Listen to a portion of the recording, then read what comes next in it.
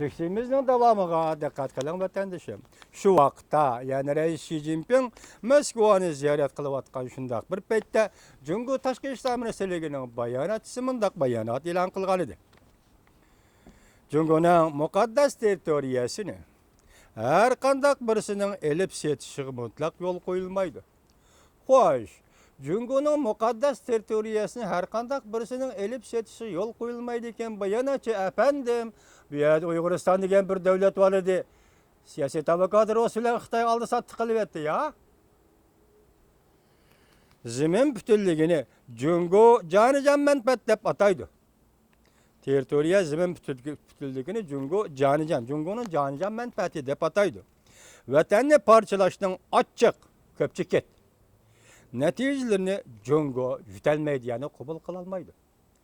Demak, bu yerda ko'pchilikning o'rniga nima bor edi? Şinjan'ı elip çık kessang, Şinjan kesse vatan parçalığını demekçi mi? Nima demekçi? Junguning bayonotchisi şu vaqtda bayonot e'lon qilib, vatanni parchalashning ochiq ko'pchilik natijalarini Jungu qabul qila olmaydi dedi. Maqolada, yuqorqi maqolada yana Jungu kompartiyasi aloqador taraflar Jungu Rossiya ikki davlatning o'rtasida chegara tortishishini abadiy 2011-yili abadiy hal qilib bo'ldi deb jakarladi deb ko'rsatildi. Yuqorqi maqolada Jungu bilan Sovet Ittifoqi chegara tortishi 2011-yili suhbat orqali abadiy hal qilinib bo'ldi deb ko'rsatdi. Ko'rib turibsiz, vatandoshim. Şinjan masalasi Rus bilan Xitoy o'rtasida abadiy hal bo'lmaydigan masaladir. Bu bizning ko'z qarashimiz. Masalan, Rossiya ojizlashganda Rossiyani Şinjanni Xitoyga o'tkazib beradigan, Xitoy ojizlashganda Şinjanni Rossiyaga o'tkazib beradigan mangu hal bo'lmaydigan masaladir. Rus bilan Xitoyning nazarida Rus bilan Xitoyning nazarida Şinjan masalasi Rus bilan Xitoy o'rtasidagi bir masaladir. Shunga mayli Rossiya hozirgacha bir nima demadi, lekin Xitoy bu mangu hal bo'lmaydigan, mangu tugamaydigan masaladir. Bugun qaraymizki, vatandoshim, jahon o'zgardi. Yevropada ishga berilgan birlashganlik urushdan keyingi dunyo tartibining Yevropada yemirilganligining belgisi bo'lib qoldi.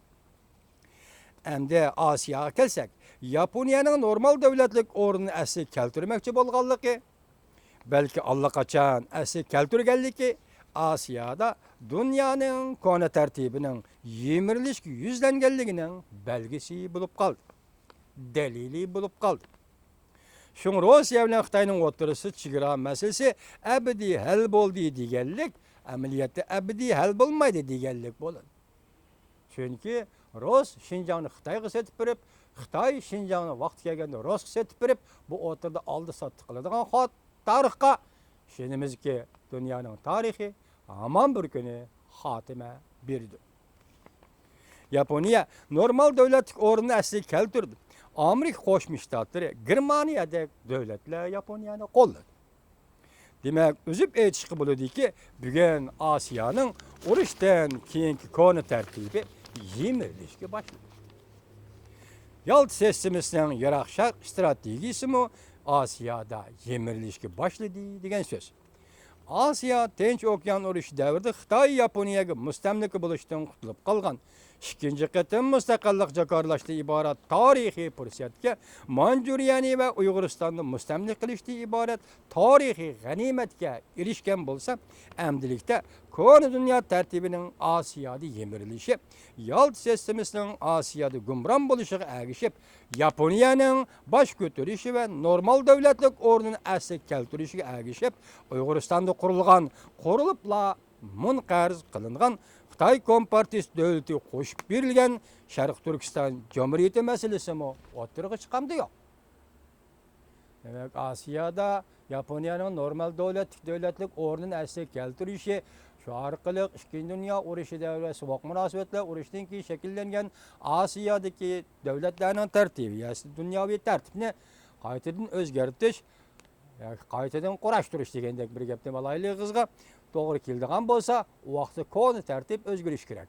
Shu vaqtda Osiyo strategiyasi bo'yicha bir taraf qilib o'tilgan Manjuriya va Uyg'uriston masalasi endilikda o'tirg'i chiqamdi qanday? Bugün Xitay Cumhuriyeti xatırlamakçı bolgan Yapon qarşı uruşning 70 yilligi koni tartibni saqlab qolish, Yalta sistemasining Iroq Sharq strategiyasini saqlab qolish. Bu strategiyaning qisqacha mazmuni Mongoliyani mustaqil qilish, Sharq Turkistonni Xitoyga qo'shib berishdan iborat bir strategik siyosat edi. Biz baş sözlep ötdük. 2013-yıl 3-cü ayının 20-ci günü Xi Jinping Moskvaga varıp Sizin bütünlüğü, territoriya meselesi iki devletten birbirini qollaş gerekliginden ibaret teşebbüsünü ortaya koyganda bu sizge bizge aşkar bolgan taraf. Şu vaqtda Xi Jinping bilen Vladimir Putin prezident Moskvada Şinjan toğrusida nimelerni sözleşti bu sizge bizge mahbidu ve qarangıdır.